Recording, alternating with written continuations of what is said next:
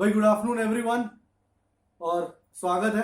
भाई ये I think एक बहुत ही इंटरेस्टिंग और बहुत ही लवली चैप्टर है, बेसिक फॉर्मूले। पर आज का लेक्चर इस चैप्टर के लिए सबसे इंपॉर्टेंट लेक्चर होगा, क्योंकि जो भी बेसिक हम आगे के लेक्चर्स में करने वाले हैं वो सब इस लेक्चर में डील करेंगे हम। सो अगर आज का लेक्चर सही आपको ध्यान नहीं आया तो आगे के हर लेक्चर में दिक्कत होने की संभावना होगी। So the only thing is पे गुड अटेंशन। ओके, नाउ शुरू करते हैं। ऑल्टरनेटिंग करंट, नाम तो बहुत बढ़िया है। हमने इसको लास्ट चैप्टर में भी देखा था, that was the last part, AC generator. और उससे पहले साइक्लोट्रॉन कर रहे थे तब भी देखा था। Let us just briefly distinguish between what is AC and what is DC. DC is direct current,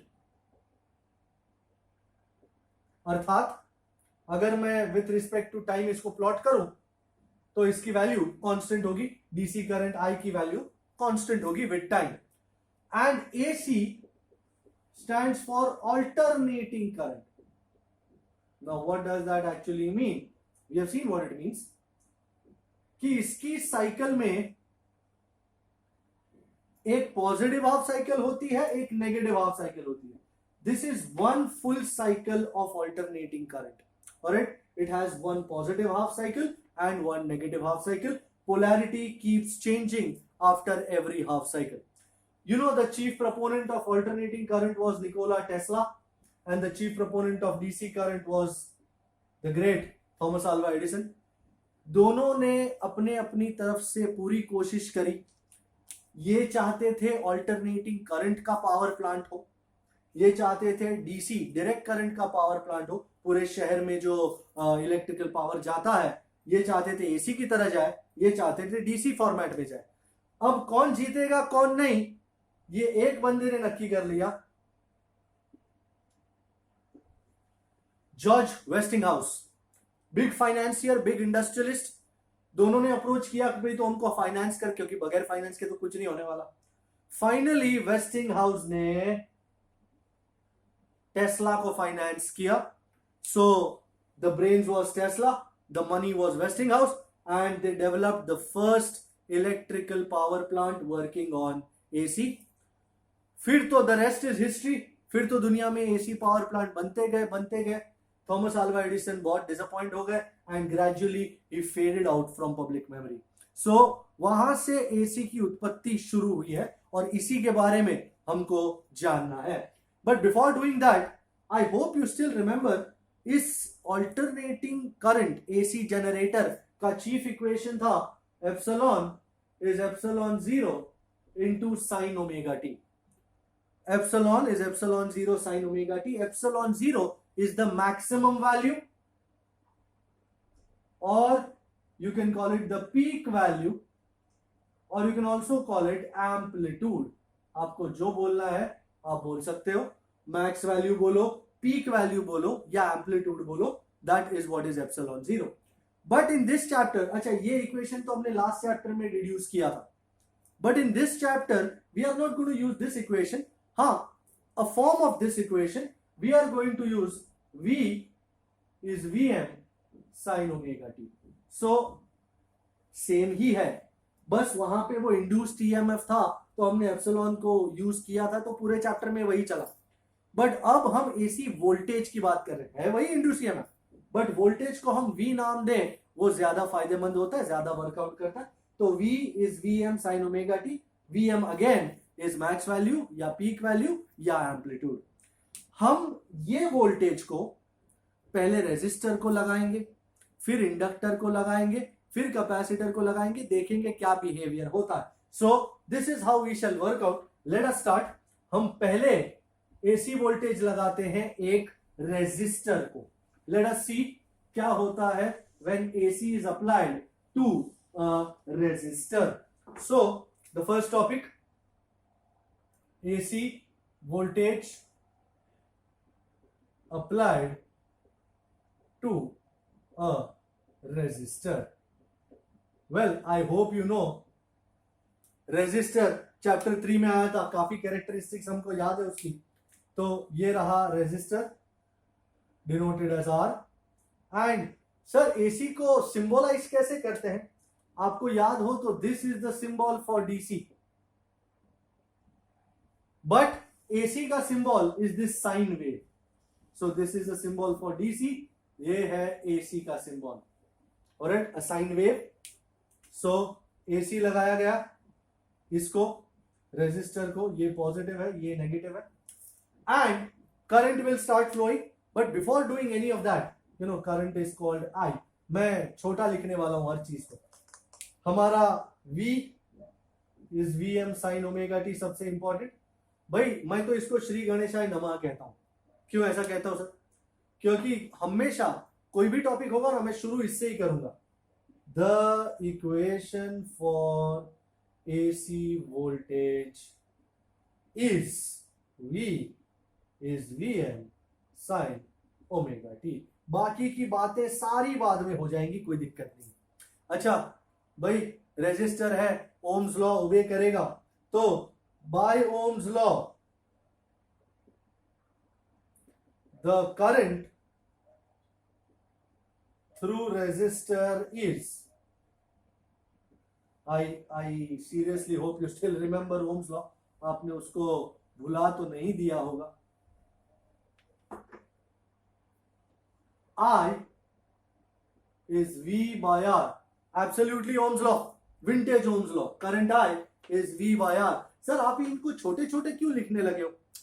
भाई ये विथ टाइम एवरी पॉइंट पे चेंज होता है. एंड डीसी होता तो हम बड़ा V लिखते थे, बट यहाँ पे AC में because it is changing at every point in time, voltage as well as current, that is why we tend to write small.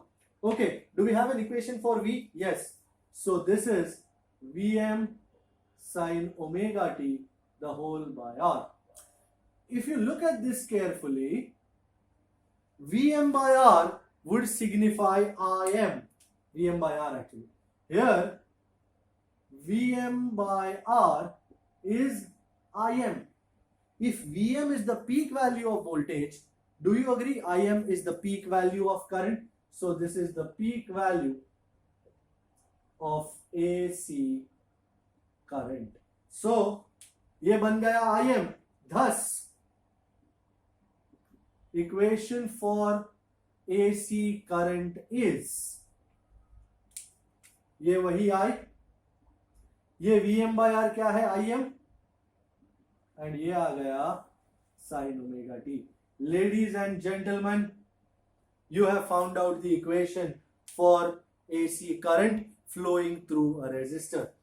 हमेशा, you know, this every topic is divided into 4 parts. पहले part में हम current का equation find करेंगे, second part में हम voltage और current के ग्राफ बनाएंगे, तीसरे पार्ट में कितना पावर कंज्यूम हुआ है वो देखेंगे, और चौथा पार्ट बाद में बताऊंगा. ऑलराइट, सो ये I is equal to IM sin omega t, ये V is equal to VM sin omega t. अब मुझे इन दोनों का ग्राफ प्लॉट करना है. Let's plot a graph of V and I versus omega t. Okay. भाई voltage का graph तो मेरा पर्सनल फेवरेट है, हमेशा 0 से शुरू होता है. वाह, दिस इज लवली. अगर आपको दिक्कत ना हो तो मैं यहाँ पे एंगल के मार्किंग्स भी कर दूं.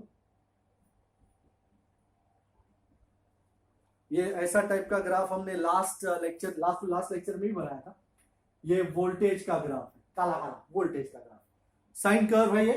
V is equal to VM sin omega t. अब मुझे करंट का भी बनाना है. भाई आपने वोल्टेज का ग्राफ इसको ध्यान में रख के बनाया, V is equal to VM sin omega t. You know, this is the max value, this is VM, this is not minimum value, oh, mind well, this is maximum value in the opposite direction, minus VM. Minimum value तो 0 है. तो current का भी बनाना है, तो ध्यान से देखिए, करंट का भी डिफाइनिंग आइडिया क्या है? Sign omega T. ये भी साइन ओमेगा टी, ये भी साइन ओमेगा टी. हाँ, ये VM है, ये IM, तो करंट का भी कुछ इसी तरह बनेगा. वाह, कैन यू सी दिस? हाँ, इसकी maximum value plus IM and minus IM respectively. But ये दोनों शुरू एक जगह से ही होते हैं, मैक्स भी एक पॉइंट पे ही पहुंचते हैं, जीरो भी वापस एक ही पॉइंट पे होते हैं, ऑपोजिट डायरेक्शन में मैक्स एक पॉइंट पे होते हैं और जीरो वापस एक ही पॉइंट पे आके हो जाते हैं। ऐसा लग रहा है कि दोनों साथ साथ हैं, दोनों के जीरोस और मैक्सिमा सेम पॉइंट्स पे आ रहे हैं, तो दोनों साथ साथ हैं और दोनों हाथ में हाथ डाले चल रहे हैं, न कोई आगे है न कोई पीछे है, दोनों साथ साथ चल रहे हैं। दोनों के चढ़ाव भी सेम तरीके से है, उतार भी सेम तरीके से, दोनों की हाइट अलग अलग है बस, पर both are in phase, both are moving together. So मैं इसको इंग्लिश में कैसे लिखूंगा, इंग्लिश में मतलब किस तरह लिखा जाता है। So from the graph we see that the zeros and maxima of both voltage and current, voltage V and current I occur at the same points. So in a resistor, for a resistor, V and I are said to be a very lovely word. I'm introducing a new word, in phase. अगर कोई भी दो function के zeros और maxima साथ साथ चल रहे हैं, उसी पॉइंट्स पे आते हैं, तो they are said to be in phase. If you remember, voltage was V is equal to Vm sin omega t, current भी Im sin omega t, दोनों ही sin omega t है, दोनों के बीच में कोई एंगल नहीं है, फेज डिफरेंस कितना है, zero. That is phase difference between them is zero. Okay, so this was the graph. Inductor और कैपेसिटर के ग्राफ आएंगे तो और मजा आएगा, दोनों यहां पे साथ साथ है, V and I are in phase. अब बात करते हैं पावर कंज्यूम्ड की. So the third topic is power consumed. Before I do anything, let me remind you, this is like a sine curve. I'm sure ये भी sine curve ही आपको दिख रहा है, मैं फिलहाल के लिए ये उड़ा देता हूं. हमने एक नोट देखी थी लास्ट टू लास्ट लेक्चर में, कि इसको नोट में लिखेंगे, एवरेज ऑफ एनी फंक्शन. क्यों लिख रहा हूं मैं बताता हूं आपको. Average F T is 1 by t integral 0 to t function dt. और इस तरह एवरेज फाइंड करके हमने साइन ओमेगा टी का एवरेज फाइंड किया था. You remember, epsilon average was equal to 0.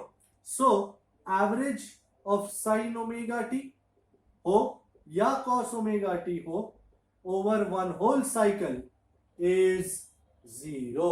Sir ऐसा कैसे, बताता हूं. So over one whole cycle, average of sin omega t और cos omega t और sin 2 omega t, cos 2 omega t, cos 10 omega t, सबका is 0. You have to keep this in mind. Now how do I work this out? ये sine curve है, okay, ये positive है, ये negative है. अगर मैं यहां से लेकर यहां तक, let's call this A B and C, you agree A to B and B to C is one whole cycle. तो ए से बी तक की वैल्यूज ऐड करूं, फिर बी से सी तक की वैल्यूज ऐड करूं, तो मेरे को नेट क्या मिलेगा, 0 0. So net total over one whole cycle is 0. ये साइन ओमेगा टी. उसी तरह सर कॉस का कैसे वर्कआउट करते हो, ये कॉस की एक साइकिल है, इधर आधा पॉजिटिव, इधर आधा पॉजिटिव, इधर पूरा नेगेटिव. यहां से ऐड करता जाऊं, ऐड करता जाऊं, ऐड करता जाऊं, टोटल यहां से लेकर यहां तक क्या होगा आंसर, 0. तो चाहे साइन ओमेगा टी हो या कॉस ओमेगा टी हो, their average over one whole cycle is going to be 0. Now why am I telling you that? तो इधर से अपने को ये पता चला कि तुम वोल्टेज या करंट, अब वोल्टेज क्या था, V is equal to V M sine omega t, current क्या था, I is equal to I M sine omega t. So उनका एवरेज फाइंड आउट करो तो ओवर वन होल साइकिल कितना हो जाता है 0। thus over one whole cycle average of voltage is same as average of current is 0। और इधर से लफड़ा शुरू होगा। क्या लफड़ा शुरू होगा सर? कोई मेरे को बोलेगा sir power consumed in a resistor भी तो 0 होना चाहिए ना, क्योंकि करंट एवरेज 0 है। Though it sounds really funny but it has a point. Power consumed by a resistor, I hope you remember P is I square R. P is not IR, it is I square. तो I का square करना है हमको, फिर बात करनी है कि क्या sign omega t cos omega T आता है, क्या क्या हो जाता है, फिर बात करेंगे 0 है कि नहीं। तो सबसे पहले I की वैल्यू कितनी है? I is Im sine omega T का whole square into R. So this is Im square R. So can you see एक नया इश्यू खड़ा हो गया। P is Im square into R sin square omega T. तुमको अब sin square का average find करना है। So now this is instantaneous power. Sir, why is this instantaneous power? Because आ रहा है टाइम का टर्म, जैसे जैसे टाइम चेंज होता जाएगा यू अग्री साइन की वैल्यू चेंज होती जाएगी, साइन की वैल्यू चेंज होती जाएगी, पावर चेंज होता जाएगा। तो एसी में, डीसी में तो हमको कोई दिक्कत नहीं है, P is I square R करके हम तो खत्म कर दिए थे सब कुछ, क्योंकि करंट कांस्टेंट था डीसी में। एसी में करंट कांस्टेंट नहीं है, तो हमको हमेशा एवरेज फाइंड करने की जरूरत पड़ती है। That is why real power, या जिसे हम कहते हैं average power, is the power taken over one whole cycle. So अगर आपको सचमुच पावर फाइंड करना है तो no this expression will not mean anything. तो क्या टाइम के साथ पावर भी चेंज होता जाएगा? हाँ, होता ही जाएगा। तो ये तो इंस्टेंटेनियस पावर है। रियल पावर फाइंड करना है, एवरेज लेना। तो आओ एवरेज लेते हैं ओवर वन होल साइकिल। किस तरह होता है ये एवरेज, लेट अस सी। सो एवरेज पावर, या तो आप ऐसे लिखो एवरेज पावर को, या पी एवरेज ऐसा लिखो। सबका एवरेज ले लो भाई, आई एम स्क्वायर का, आर का, साइन स्क्वायर का। आई एम वैल्यू है तो उसका average will be I M square. R भी एक वैल्यू है, उसका average will be R. So the key criminal here, the key suspect here is sine square omega T. अब कैसे करेंगे साइन स्क्वायर का? नाउ कुछ मैथ्स वाले काफी होंगे, बायोलॉजी वाले भी होंगे। I am sure you remember cos 2 theta is 1 minus 2 sine square theta. तो ये 2 साइन स्क्वायर थीटा को यहां ले आ रहा हूं, 1 माइनस cos 2 थीटा, एंड 2 को नीचे उतारा तो sine square theta is half minus cos 2 theta by 2। Sir कहना क्या चाह रहे हो? कहना यही चाह रहा हूं कि sine square something is half minus cos 2 something by 2। तो इसको यूज करते हुए can anyone tell me how much will be sine square omega T? You just have to substitute theta by omega T, as simple as it looks. Half minus cos 2 omega T by 2। Agreeable? जहां जहां theta था वहां omega T लगा दिया मैंने। सो अब मुझे इसका एवरेज फाइंड करना है। So average sine square is average half minus average cos 2 omega T by 2। Jackpot लग गया जी भाई। cos 2 ओमेगा टी का average over one whole cycle क्या होता है? 0 है ना। बट फिर से लिख देता हूं, average cos 2 omega T is 0 over one whole cycle. तो ये तो 0 हो गया। तो how much is your average sine square omega T? क्या बचा? हाफ। Can you see? ये तो 0 हो गया। तो क्या बचा सिर्फ हाफ। एंड यहां पे इतना ही नहीं, मैं मेंशन कर दूं ब्लू में, सो average of sine square omega T is half. And let me mention this also कि चाहे साइन स्क्वायर की जगह कॉस स्क्वायर भी होता ना तो वो भी हाफ ही होता। Now if somebody wants to ask me sir कैसे, तो cos 2 theta would be 2 cos square theta minus 1, तो फाइनली यहां हाफ प्लस cos 2 थीटा आ जाता, दैट वुड बी इट। तो यहां प्लस आता, उससे कुछ ये फर्क नहीं पड़ता, cos 2 ओमेगा टी का तो जीरो ही हो गया होता। So this was how the entire thing would have worked out. So we are all good. So average of sine square, you can take it as a tip also, that average of sine square omega t या average of cos square omega t over one whole cycle will be half. तो we are good. Sine square omega t की जगह क्या put करेंगे, half, and मैं यहां पे लगाऊंगा एंड 10 मेरा एवरेज पावर आने वाला है, मैं ये उड़ाने वाला हूं, ये इसको भूलना मत था, मैं फिर से इसको लेके आऊंगा एक दिन। सो एक्चुअली ये सब कुछ पहली बार ही डिराइव करना पड़ता है। एक बार डिराइव कर लिया फिर दोबारा नहीं करना पड़ता। अब जैसे नेक्स्ट टॉपिक करूंगा उसमें ये सब डिराइव नहीं करना पड़ेगा। सो रियल पावर या एवरेज पावर इज im का square into R into half, which is im square by 2 into R. वाह, तो तुम्हारा पावर का इक्वेशन आ चुका है श्रीमान। नंबर कौन सा था पता नहीं। सो पावर एवरेज या रियल पावर P बोलो im square by 2 into R. अच्छा सर हमको तो वो आई स्क्वायर आर वाला बहुत अच्छा लगता था यार। Compare equation 1 with P is I square R. तुमने आई को भी हमें अब तक बड़ा ही लिखा है ना। सो अगर मैं 1 और 2 को कंपेयर करूं, can you see this I square is same as this im square by 2। So we get I square is im square by 2.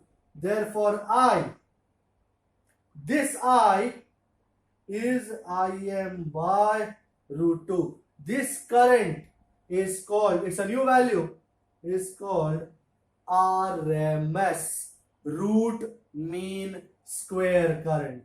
So this current is called root mean square current, and 1 by root 2 is 0.707 im. So this current, this is the equation for root mean square, that is RMS current. हमने जब kinetic theory of gases देखा था 11th standard में, तब पहली बार शायद RMS के साथ पाला पड़ा था।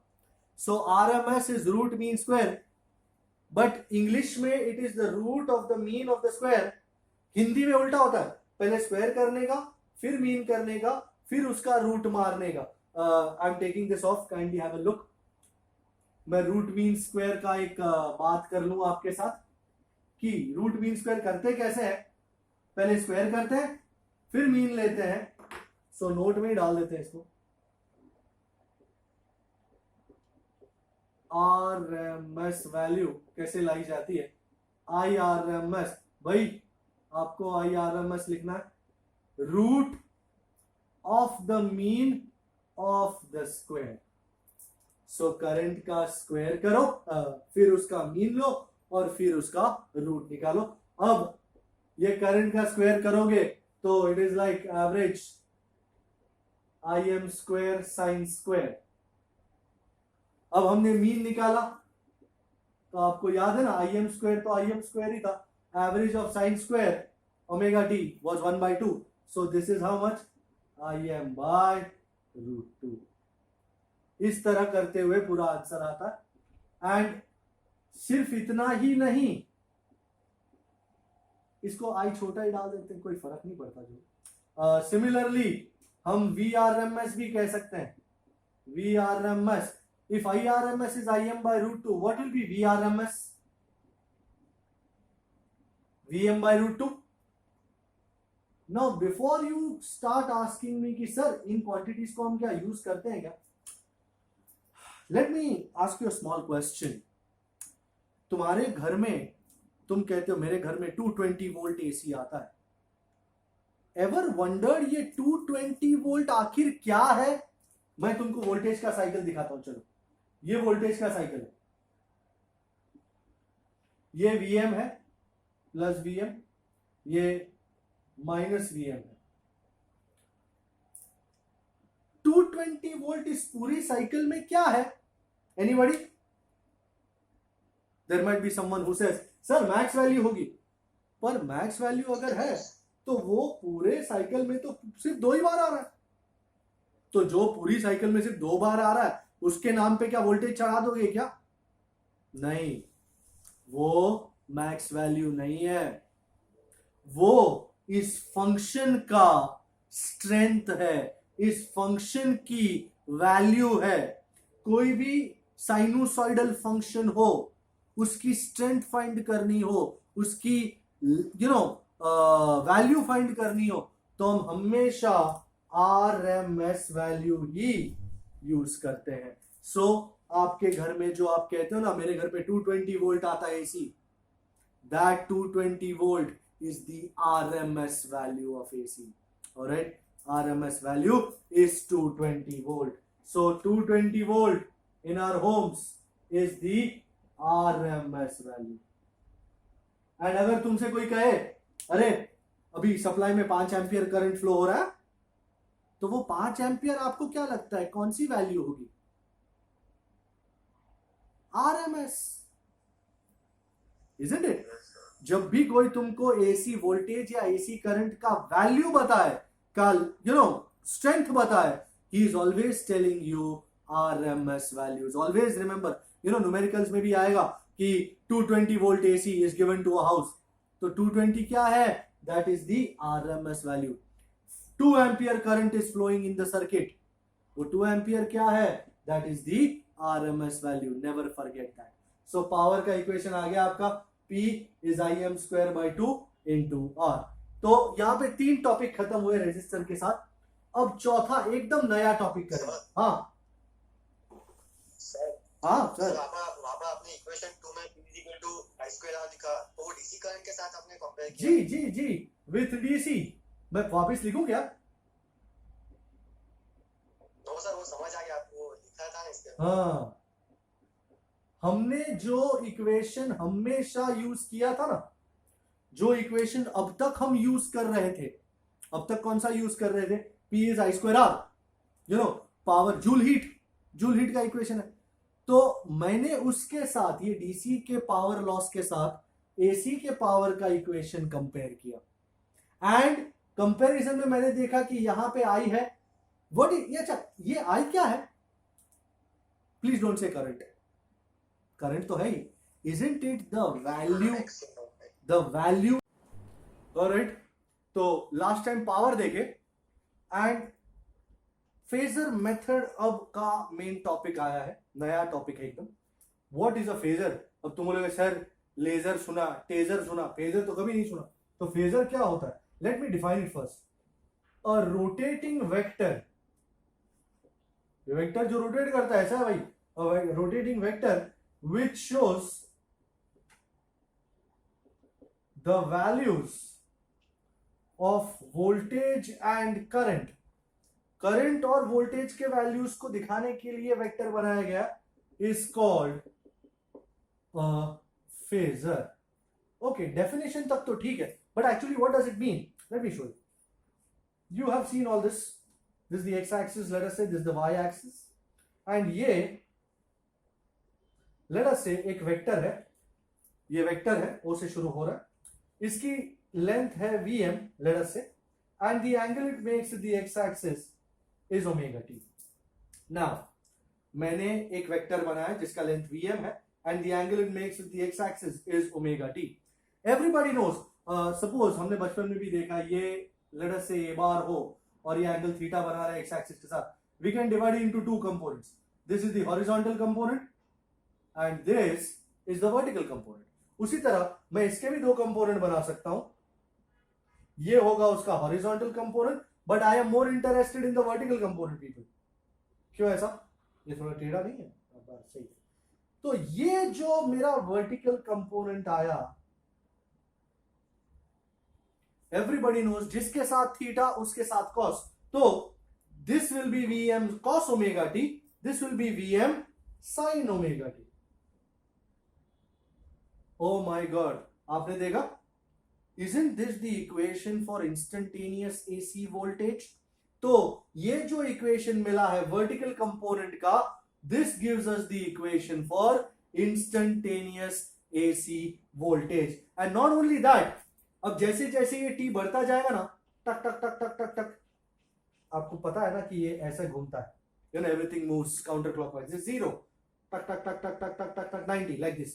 सो ये जैसे जैसे घूमता जाएगा, इसके वर्टिकल कंपोनेंट की वैल्यू चेंज होती जाएगी। तो ऐसा वेक्टर जो दिखाता है हमको वोल्टेज और करंट के arrows is called a phasor. अब रेजिस्टर के लिए ऐसे ही टाइप के फेजर बनाने हैं, तो फेजर बनाने के लिए याद रखिएगा equations are most important. So for a resistor V और I के इक्वेशंस लिखना लाजमी है। V is Vm sin omega t and I is Im sin omega t। अब बनाया जाएगा बड़ा सा phasor. It's your life, make it large. तो पहला वोल्टेज, वोल्टेज का फेजर, लेंथ कितना है उसका? Vm, ये है Vm, एंड टेढ़ा तो नहीं बन गया? टेढ़ा ही बन जाता है अक्सर, लंबा बना और टेढ़ा ही बन जाएगा, तो वापिस इसको बनाने की जरूरत आन पड़ी है। ओके, ये हो गया Vm, and let us say angle at any time t1 it is making omega t1। तो इसका वर्टिकल कंपोनेंट जो ये है, ये कितना होगा? इसको उड़ा देते हैं। This will be Vm sin omega t1।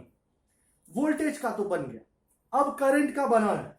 भाई एंगल देख के ही बनाया जाएगा। एंगल कितना है? Omega T. ओ तो सर इसके साथ ही आएगा? बिल्कुल इसके साथ आएगा। एंड ये रहा, अरे बुरा मान गया वो, बोलते वोल्टेज मेरे साथ नहीं है, मैं वोल्टेज के साथ। So can you see Im भी एंगल कितना बना रहा है? ओमेगा t1 ही। तो इसका ये कंपोनेंट हो जाएगा Im sin ओमेगा t1। अर्थात करंट और वोल्टेज दोनों संगे हैं, एंड जैसे जैसे t बढ़ेगा ना, टक टक टक टक टक टक, भले एक बड़ा एक छोटा, एक लंबा एक छोटा, कोई दिक्कत नहीं, पर टक टक टक टक टक टक दोनों साथ ही घूमेंगे। ऐसा नहीं कि एक आगे एक पीछे, ऐसा कुछ नहीं, दोनों साथ ही साथ घूम रहे। And that is the prime reason where we say that in a resistor V and I are in phase। Alright, तो रेजिस्टर के लिए वोल्टेज और करंट दोनों साथ में ही बनेंगे, making same angle. So this was the phasor idea for a resistor. Now let's move on and let's talk about an inductor. Inductor के साथ हमारी मुलाकात लास्ट लेक्चर में हुई थी। लास्ट लेक्चर में हमने इंडक्टर के साथ बात करी थी, यू नो सेल्फ इंडक्टेंस की प्रॉपर्टियां रखने वाला device, that is called an inductor. Energy वगैरह स्टोर कर लेता है, वाह वाह वाह। तो ये सब बातें करेंगे इंडक्टर के साथ in this topic which is called AC voltage applied to an inductor। Okay, ये अपना इंडक्टर रेडी है एंड साथ में लगा हुआ है AC वोल्टेज का सोर्स, ये रहा।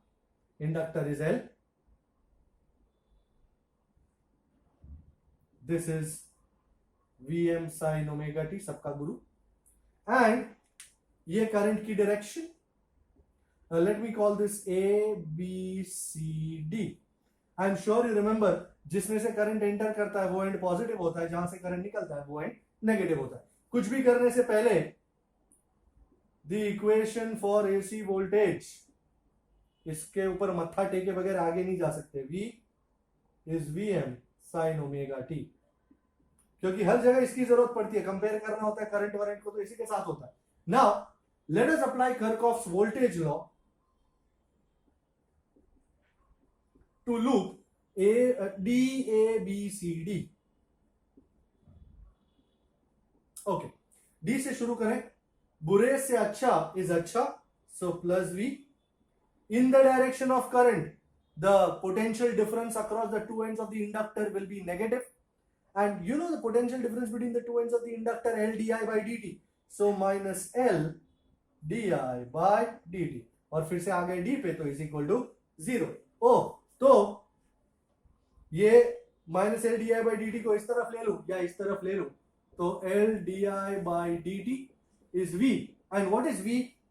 हर जगह गुरुजी आ जाते हैं जी, V M sine omega T.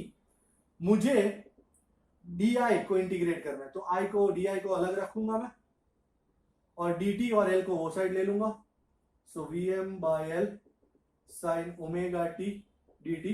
बिल्कुल सही सोचा आपने, इसको इंटीग्रेट करेंगे तभी आई मिलेगा, क्योंकि हमारा एक ही काम है ना, आई लाना। तो I d I, V M by L constant है, बाहर आ जाएगा, integral sine omega T D t. तो integral d I is what? I, V M by L ये रहा, and integral sine theta would be minus cos theta, but integral sine something is minus cos something over the coefficient of t. तो t का coefficient क्या है? Omega, so minus cos omega T by omega plus the constant of integration which is सी।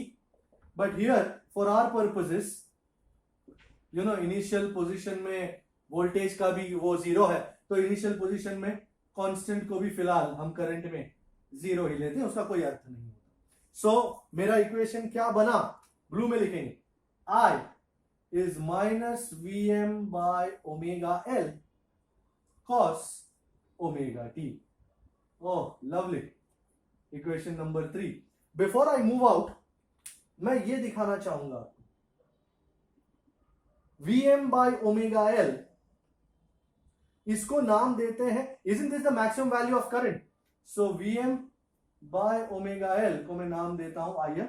सही पहचाना आपने, this is the maximum value of AC current, जिसको हम Im कहते हैं, and as a result हमारा इक्वेशन करंट का क्या बन जाएगा? I is minus Im cos omega t। भाई इसको याद रखना, एक आध जगह यूज करने वाले। तुम बोलोगे सर एक थोड़ा सा लफड़ा लग रहा है मेरे को, भैया उड़ाने जा रहा हूं।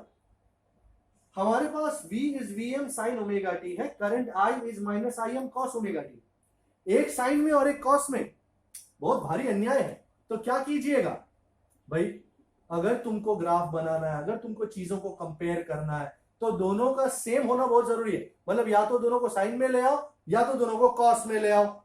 तो लेट अस सी क्या हो सकता है। भाई वोल्टेज तो गुरु है, वो चेंज नहीं होता किसी के लिए।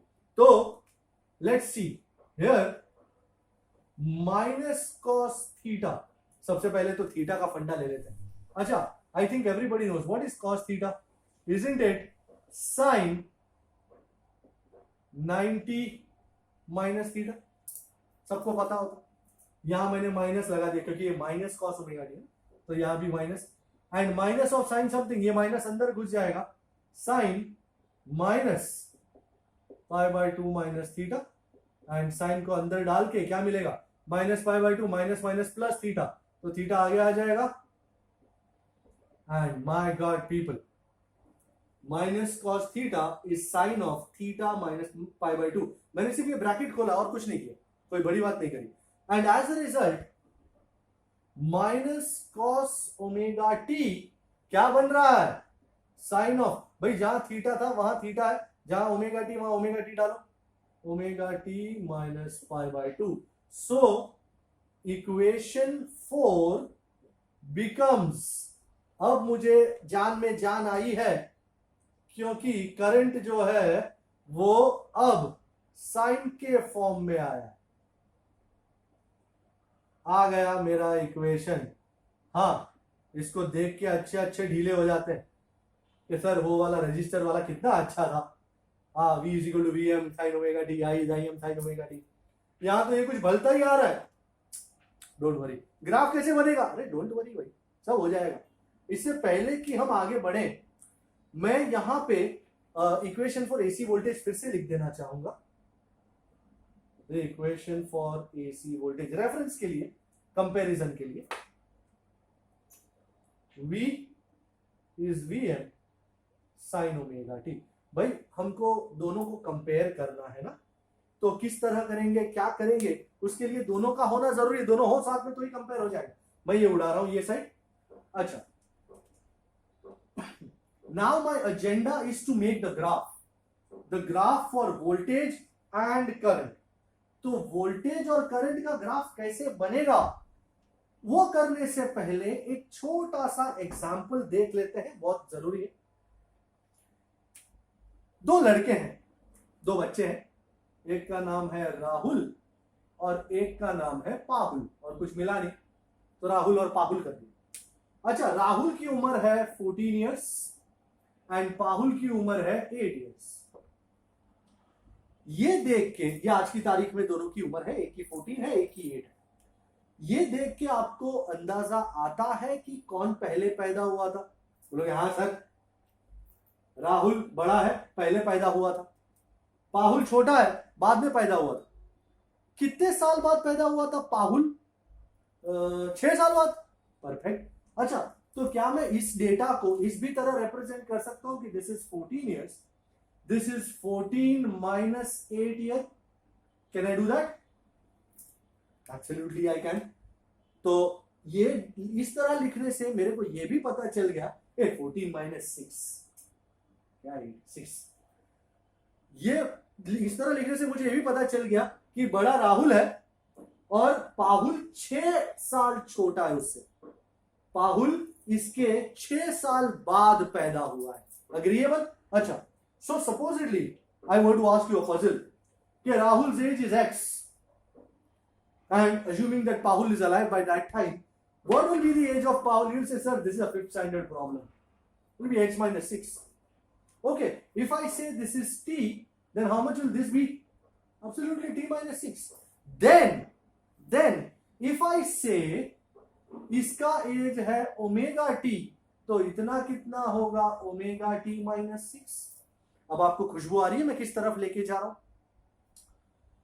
मैं सब कुछ, मैं वोल्टेज और करंट की उम्र इससे डिसाइड कर रहा हूं, इनके एंगल्स से। ये तो उनकी लेंथ है, उससे कुछ फर्क नहीं पड़ता। एंगल्स, कौन पहले पैदा हुआ कौन बाद में पैदा हुआ, इनसे पता चल जाता। तो वोल्टेज है ओमेगा टी एंड करंट है omega t minus pi by 2। Utilising the same scenario, voltage omega t है और current omega t minus pi by 2। क्या डिसाइड करोगे आप, क्या नक्की करोगे? सर वोल्टेज पहले पैदा हुआ था, करंट बाद में पैदा हुआ था। ओके, कितना डिफरेंस है, कितना एंगल बाद वो करंट पैदा हुआ है? पाई बाय 2। ओके, तो वोल्टेज पहले पैदा हुआ, करंट बाद में। करंट कितने एंगल बाद में? पाई बाय 2। तो इस चीज को ग्राफ में कैसे बनाएं, ये अंदाजा आ गया आपको इस तरह। तो अब ग्राफ बनाएंगे, the most important idea. So graph of V and I in inductor. तो जैसे मैंने कहा था, कुछ भी करने से पहले लिखा पढ़ी।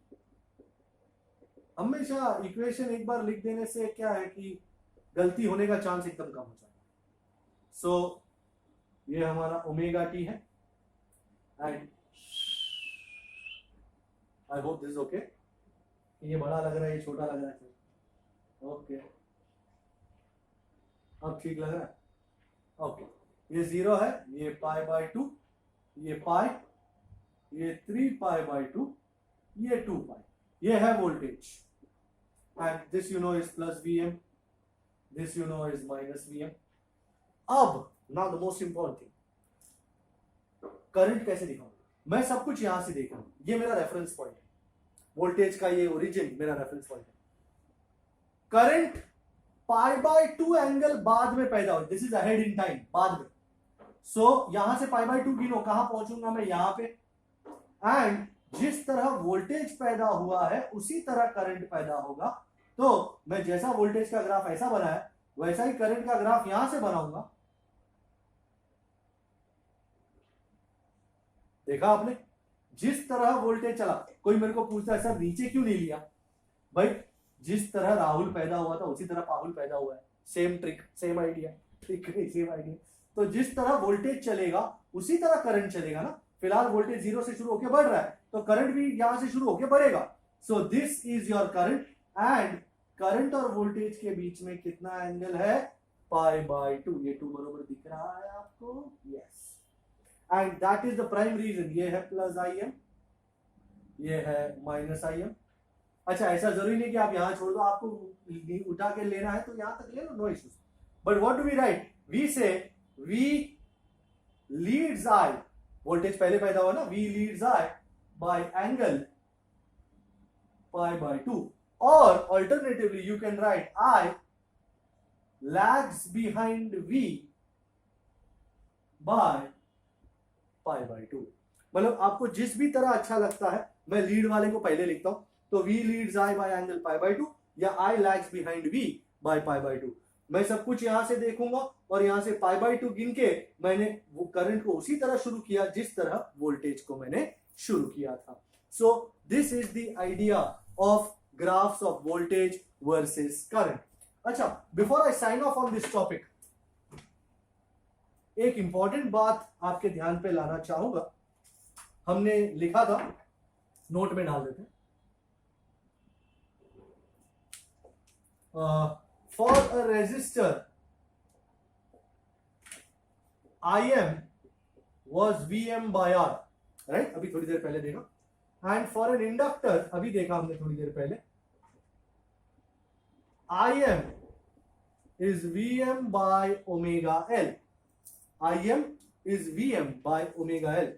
I just want you to look at both these. If you're looking at this equation, isn't it obvious कि जो काम यहां इस टर्म में R कर रहा है वही काम इस इक्वेशन में ओमेगा L कर रहा है? तो आई बिलीव दोनों कंपेरेबल होंगे। R क्या है? You will say resistance. What is resistance? Resistance is the opposition offered by the conductor to the flow of current. तो अगर ये ऑपोजिशन है तो ये वाला भी ऑपोजिशन ही होगा। हाँ बिल्कुल, तो यहीं पे डिफाइन करना है हमको कि ये ओमेगा L आखिर है क्या।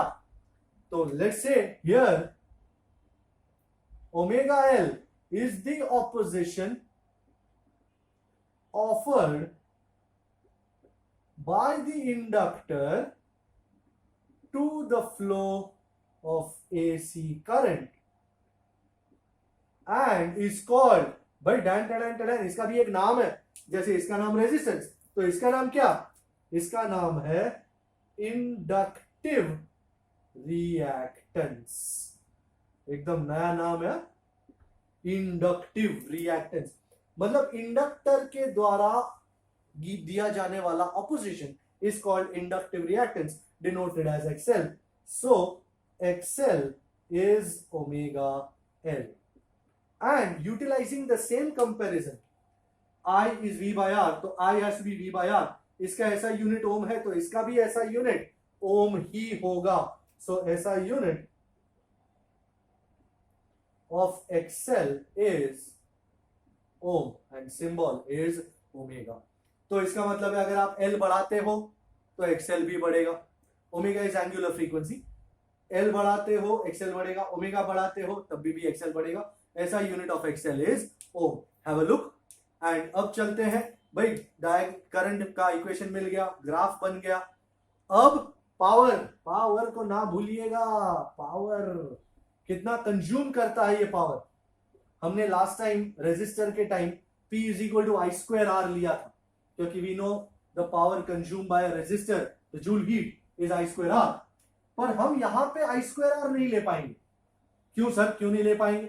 क्योंकि यहां पे R का है। तो हम यहां पे लेंगे दूसरा equation which is P is equal to VI. So the instantaneous power जैसा मैंने आपको बताया था कि एसी सर्किट्स में instantaneous power P is V into I. भाई what is V? Vm sin omega t. And what is I? You will say Im sin omega t minus pi by 2. नहीं, उससे पहले वाला इक्वेशन याद है, minus I M cos omega T. अब चढ़ मत जाना यार, तक ऐसा क्यों लिया, अरे कुछ काम करने का तभी तो लिया। देखो जरा, ये वी एम आई एम को बाहर निकाल दिया, ब्रैकेट में साइन ओमेगा टी और कॉस ओमेगा टी को लिखा, और अब मैं यहां मल्टीप्लाई बाय 2 और डिवाइड बाय 2 करने वाला हूं। क्यों ऐसा? Because 2 sine theta cos theta is sign 2 theta, so here 2 sin omega t cos omega t is sin 2 omega t. So power instantaneous minus Vm Im by 2 sin 2 omega t. पर तुम तो जानते ही हो हमको इंस्टेंटेनियस पावर का कोई दरकार नहीं, हमको तो एवरेज पावर का दरकार है। So the average power which is the real power is the power taken over one whole cycle. तो एवरेज लेना है अपने को इन शॉर्ट। तो एवरेज किस तरह लिया जाएगा? So average power is average minus Vm Im by 2 and average sin 2 omega t. Wow, हमने लास्ट टॉपिक में ही देखा कि sin ओमेगा टी हो, cos ओमेगा टी हो, sin 2 ओमेगा टी हो, cos 2 ओमेगा टी हो, उन सब का average over one whole cycle कितना होता है? 0। So but, that's but sin 2 omega t कितना है? 0। And as a result, very shockingly, the average power is minus Vm Im by 2 into 0, which is 0. That is, the average power consumed by an inductor over one whole cycle is 0. Quite shocking for many people who are watching. Sir, इसका मतलब inductor power खाता ही नहीं खाता। Inductor power क्यों नहीं खाता sir? हमने last chapter में तो देखा था एनर्जी स्टोर होती है, U is half L I square, बिल्कुल दिखाया था आपने, बिल्कुल। तो ऐसा कैसा sir? Okay, let me show you, let me explain. You know, let us say this is current and this is one cycle of current. Let me mark 4 points. 1, 2, 0, 1, 2, 3 and 4. Now understand, 0 से 1 तक current बढ़ता है, 0 से 1 तक current बढ़ता है। Current बढ़ता है तो इंडक्टर में मैग्नेटिक फील्ड डेवलप होता है, एंड मैग्नेटिक फील्ड डेवलप होता है, मैग्नेटिक फील्ड बढ़ता है तो एनर्जी स्टोर होती है। सो 0 से 1 तक एनर्जी स्टोर, 1 से 2 तक can you see current is decreasing, and because current is decreasing now the energy stored in the inductor is also decreasing. तो जिस सोर्स से उसने एनर्जी, सोर्स में ये सारी एनर्जी वापस देगा। ऑलराइट, सो ये सारी एनर्जी वापस दे रहा है 1 से 2 के टाइम पे। 2 से 3 के टाइम पे डायरेक्शन ऑफ करंट चेंज हो गया। डायरेक्शन ऑफ करंट चेंज हो गया मतलब पहले अगर मैग्नेटिक फील्ड ऐसा था, अब मैग्नेटिक फील्ड ऐसा है। तो पहले ऐसी तरह इस मैग्नेटिक फील्ड में एनर्जी स्टोर होती थी, अब ऐसे मैग्नेटिक फील्ड में होगी। तो 2 से 3 तक एनर्जी स्टोर होती जाएगी, एनर्जी बढ़ती जाएगी। बट 3 से 4 जैसे जाता है, can you see current is decreasing, and current decrease होने से वो सारी एनर्जी वापस सोर्स में चली जाएगी। सो 0 से 1 तक एनर्जी स्टोर, 1 से 2 तक एनर्जी वापस गिव, 2 से 3 तक एनर्जी स्टोर, 3 से 4 तक एनर्जी वापस रिटर्न हो गई सोर्स में। तो जितना खाया उतना वापस दे दिया। As a result, what is the net power consume by the inductor over one whole cycle? 0। So inductor 0 power खाता है ओवर वन होल साइकिल। तो ये हो गया तीसरा topic. Let us go to phasors now.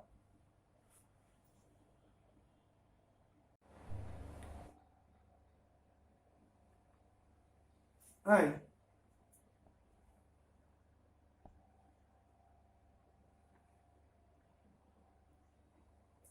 आई का इक्वेशन है किसी को याद? कि याद करोगे मेरे बाद? भाई आ गए दोनों? भाई फिर से याद दिला दो यार, कौन लीड कर रहा था? वोल्टेज। कौन लैग कर रहा था? करंट। कितने एंगल के बाद? π/2। भाई बड़ा सा डायग्रामो फेजर बनाना है। भाई वोल्टेज हमारा, सर क्या लंबा बना देते हो वोल्टेज। भाई वोल्टेज की भी एक शान है यार, है आंडू पांडू नहीं है यार। वोल्टेज का नाम लिया और 10 लिया उसने। ये ओमेगा टी है श्रीमान, ध्यान ना ले, ध्यान ना ले, एकदम ध्यान ना ले, जरा भी गलती ना हो। अगर तुम कहते हो वोल्टेज आगे है तो इसका मतलब है वोल्टेज यहां आगे बढ़ना चाहिए, करंट उसके बाद में पैदा हुआ था। अगर कोई चीज वोल्टेज के पहले पैदा हुई हो ना, वो यहां कहीं होगी, वोल्टेज के पहले पैदा हुई। बट वोल्टेज के बाद में पैदा होने वाली चीज वो यहां होगी, नीचे होगी। कितना एंगल का डिफरेंस है? π/2। तो यहां से π/2 गिनो, कहां बनेगा?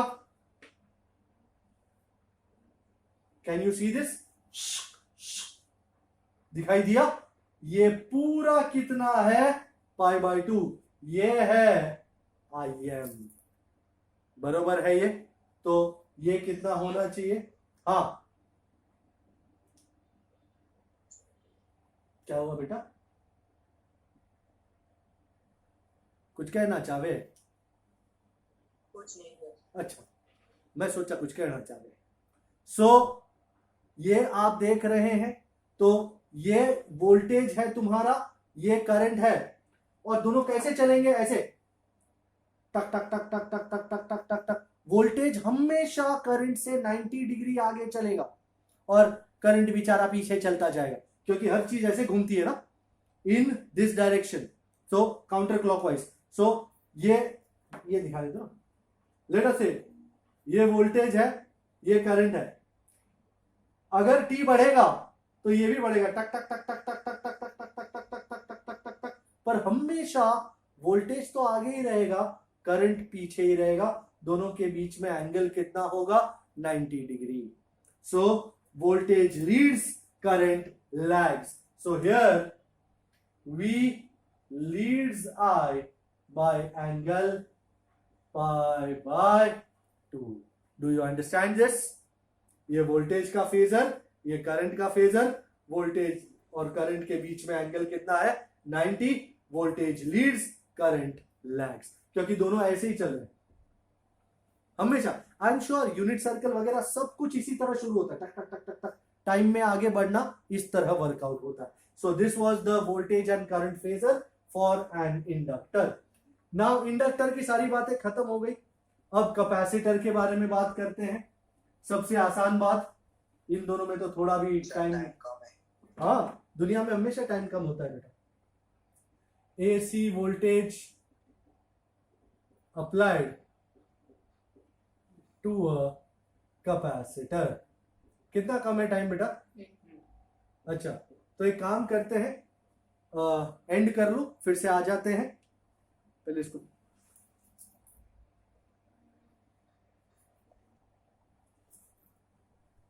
ऑलराइटी, तो वेलकम बैक है जी आपको। And AC voltage applied to capacitor है।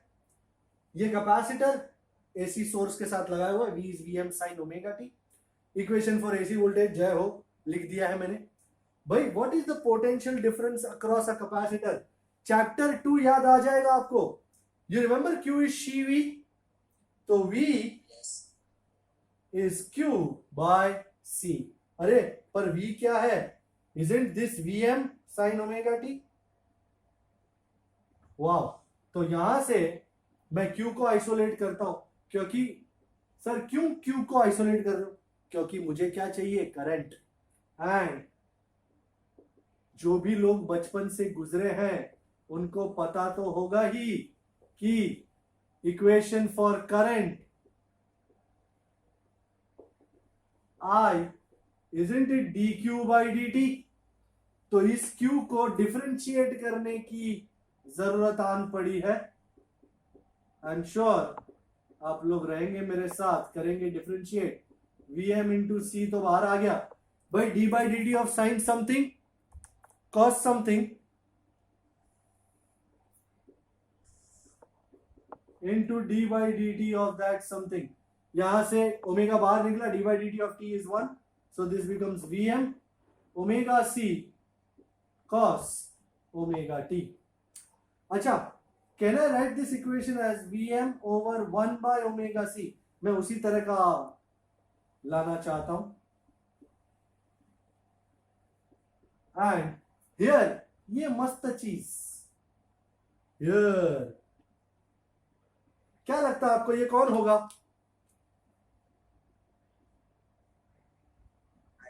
अरे क्या बात है बेटा, मैक्स करंट। सो इक्वेशन क्या बन गया? I is Im cos omega T. पर सर ऐसा नहीं परवड़ेगा, क्योंकि ये साइन ओमेगा टी, ये कॉस ओमेगा टी तो लफड़े वाला हो गया सर। तो माय गॉड, जबरदस्त बेटा, वाट ही लगा दी तूने तो। Thus I is Im sin omega t plus pi by 2। हो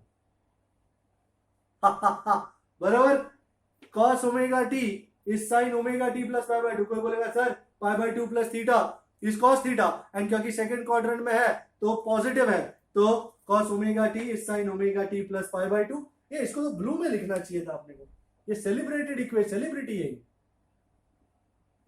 सो एक काम करते हैं, बुट कर देते हैं। Cos omega T is sine pi by 2 plus omega t. So equation for AC current is,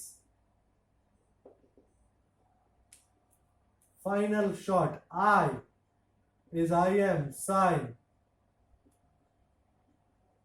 भाई आपको अंदाजा बैठ रहा है कि इस बार कौन लीड करेगा ने कौन लैग करेगा?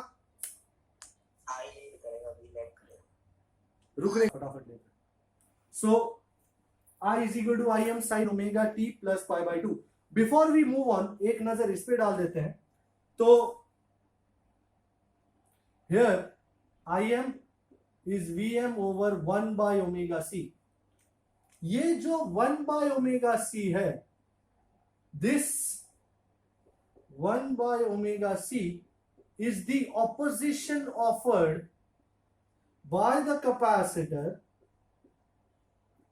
to the flow of AC current and is called, उसका नाम इंडक्टिव रिएक्टेंस था, इसका नाम क्या होगा? Capacitive reactance and denoted as XC. So XC, it is seriously XC, is 1 by omega C, and SI unit of omega, XC, is also ohm. Alright? अच्छा, अब graph तो ड्रॉ करना ही है। जैसे मैंने आपसे पूछा था, क्या लगता है आपको इस बार कौन लीड करेगा, कौन लैग करेगा? और जवाब मुझे मिला है, कौन लीड करेगा भाई? आई एम नहीं लीड कर सकता, आई एम तो वैल्यू है। Graphs of V and I for capacitor. So पहले equation, V is equal to Vm sine omega t, I is equal to Im sine omega t plus pi by 2। तो पहले कुछ भी बनाने से पहले Vm तो बना ही देने का बाबा, सबसे बड़ा खिलाड़ी वही है। ये तो पिक्चर का नाम है। ये 0 पाई बाय 2 पाई 3 पाई बाय 2 2 पाई, ये है वोल्टेज। भाई क्या लगता है आपको? सर भूख तो लगती है। हमने जब करंट बनाया था लास्ट टाइम, करंट लैग कर रहा था, तो करंट यहां से बनाया था। इस बार करंट लीड कर रहा है। कहां से बनाएंगे करंट? पीछे से, यू अंडरस्टैंड? करंट यहां से बनाएंगे -π/2 से। पहले कौन पैदा हुएला है? करंट पैदा हुएला है बाबा। कितने एंगल पहले? π/2।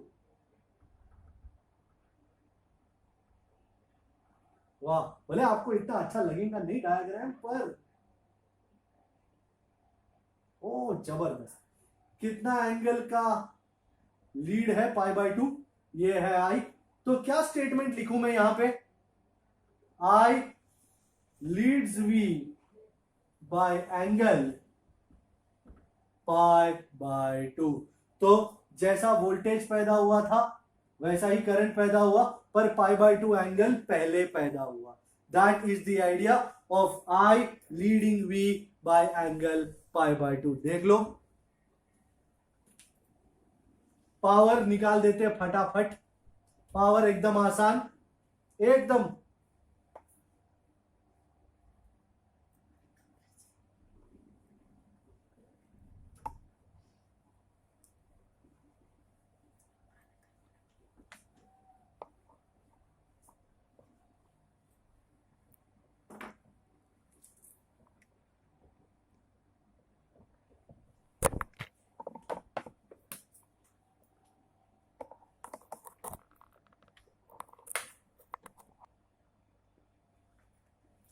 तो as I said, instantaneous power P is V into I. V कितना है? Vm sine omega t. And I वाला वो कॉस वाला ले लूंगा। वाह, तो Vm Im, भाई वही बात आ गई फिर से। Sine omega t cos omega t, यहां 2 एंड नीचे by 2। So this is Vm Im by 2। वैसे फिजिक्स में कभी गेस वर्क नहीं चलता, पर आप लोग एक कलेक्टिव एक स्टडीड गेस ले सकते हो। साइन 2 ओमेगा टी आया तो what will be real power और एवरेज पावर?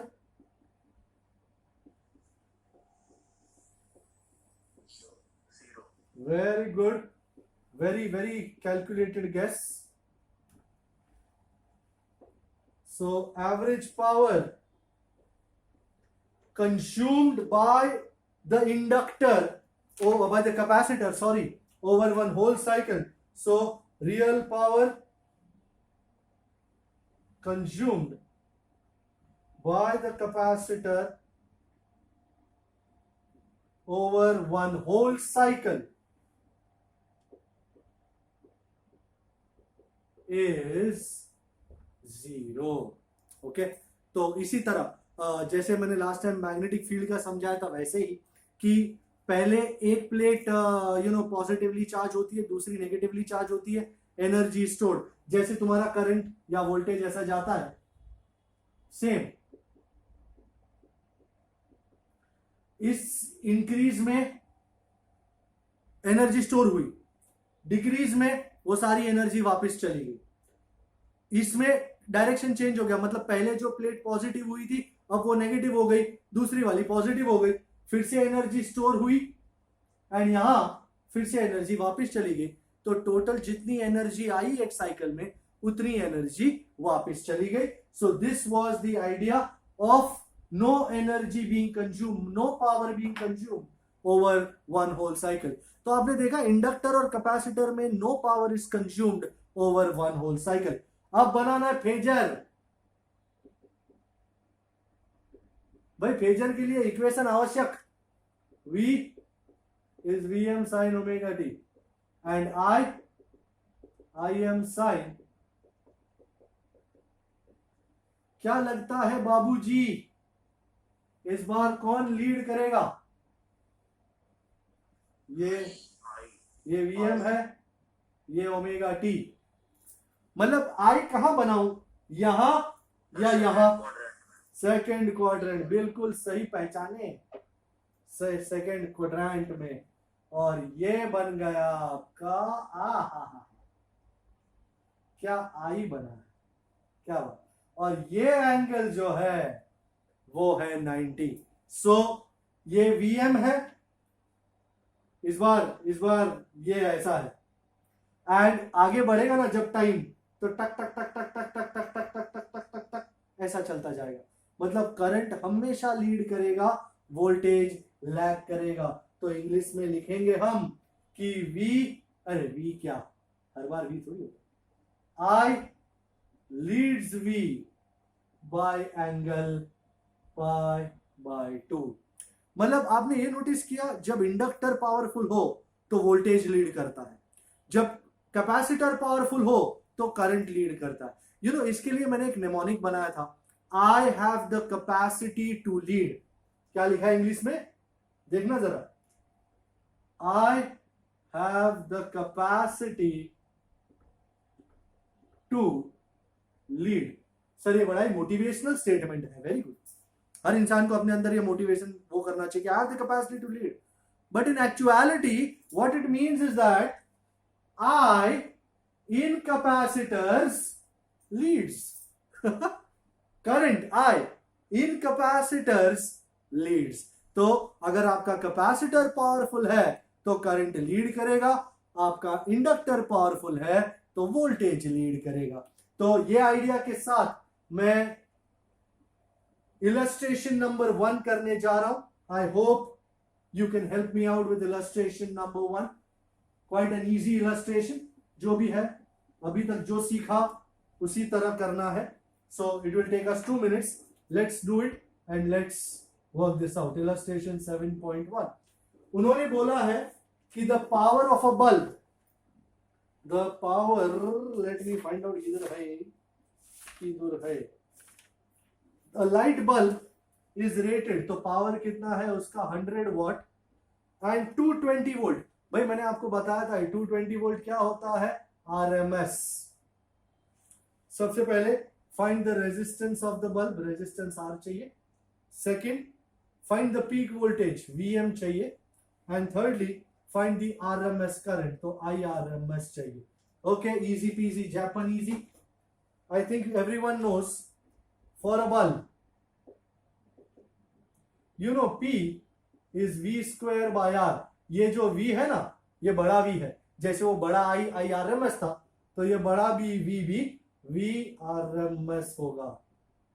तो R is V RMS square by P। V RMS is 220 का square by 100, I think that's 484।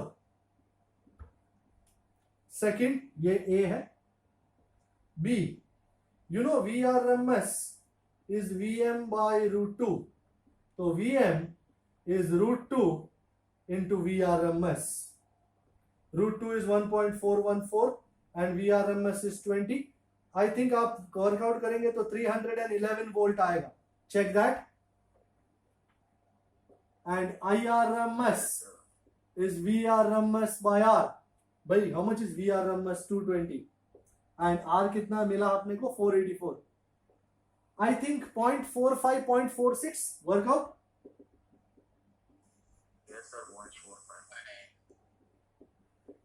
Lovely. तो ये हो गया इलस्ट्रेशन 1 एंड मैं फाइनल इलस्ट्रेशन करने जा रहा हूं, illustration 7.4 I think, to end the story. Illustration 7.4, illustration 7.4 यहीं पे अगर हो जाए तो अच्छा है। What does it say? Capacitor is 15 micro. So capacitor is 15 micro, VRMS is 220 volt and nu is 50 hertz। भाई ये इंडिया की फ्रीक्वेंसी है 50 hertz, alright, नो है ये। Find capacitive reactance XC and the current IRMS and IM दोनों चाहिए। And if the frequency is doubled, nu dash is 2 nu, then what will happen to capacitive reactance and current? Okay, तो XC dash जो है वो find करना है and IRMS dash वगैरह सब फाइंड करना है। कुछ भी करने से पहले कैपेसिटिव रिएक्टेंस फॉर्मूला तो पता होगा ही आपको, XC is 1 by omega C and omega is what? 2 pi nu। I think we are ready to roll। 2 into 3.14 into 50 into 15 into 10 raised to -6। भाई एक सेकेंड रुक जाओ, ओमेगा हमेशा 2 पाई नू होगा और मेजॉरिटी केसेस में नू 50 होगा, तो 52 इंटू 3.14 इंटू 50, 52 जा 100, 100 इंटू 3.14 314, तो सीधा ओमेगा 314 लगा सकते हैं आप। और ये 10 रेज टू -6 ऊपर चढ़ जाएगा, 10 raise to 6, this is 314, this is 15। Anyone give me an idea how much is this? 280 something, कितना? 212 ओम। और XC मिल गया तो अब IRMS वगैरह ज्यादा दूर नहीं है, तो IRMS is VRMS by XC. VRMS is how much? 220 by 212. How much is that? 1 point something. And IM is IRMS into root 2, because IRMS is IM by root 2. So 1.04 into 1.414. How much is that? 1.5 watt. Yes, sir. Okay. Acha. Now, nu dash has been changed to 2 nu. तो XC dash में क्या फर्क आएगा? You know XC is 1 by omega C, which is 1 by 2 pi nu C. अगर 2 pi और C common है, मतलब constant है, तो do you agree XC is proportional to 1 by nu? तो XC dash proportional to 1 by nu dash. तो XC dash by XC is nu by nu dash. Nu dash is how much? 2 nu. Nu cut. So XC dash is XC by 2. Oh, so capacitive reactance becomes half, and इसको भी उड़ा देते हैं, जरूरत पड़ेगी अपने को। That is, capacitive reactance becomes half. अब करंट की बात करें तो current IRMS, isn't it VRMS by XC? तो IRMS is proportional to 1 by XC. अगर XC आधा हो गया है तो करंट डबल हो जाएगा. So as XC has become half, so current, चाहे वो IRMS हो या IM हो, will become double. तो अगर तुम फ्रीक्वेंसी आधी कर डबल कर रहे हो तो XC आधा हो जाएगा, करंट डबल हो जाएगा. सो आज के लिए इतना काफी है, काफी कुछ ग्राउंड कवर कर लिया हमने. तो अब तुरंत ही जाके आप रिवीजन कर लेना, इसका क्या है क्या नहीं, होमवर्क वगैरह मिल जाएगा. And this will help us in the next lecture, जिसमें सब फिर से आएगा ही. Alright, so see you at that time. Thanks a lot. Bye bye.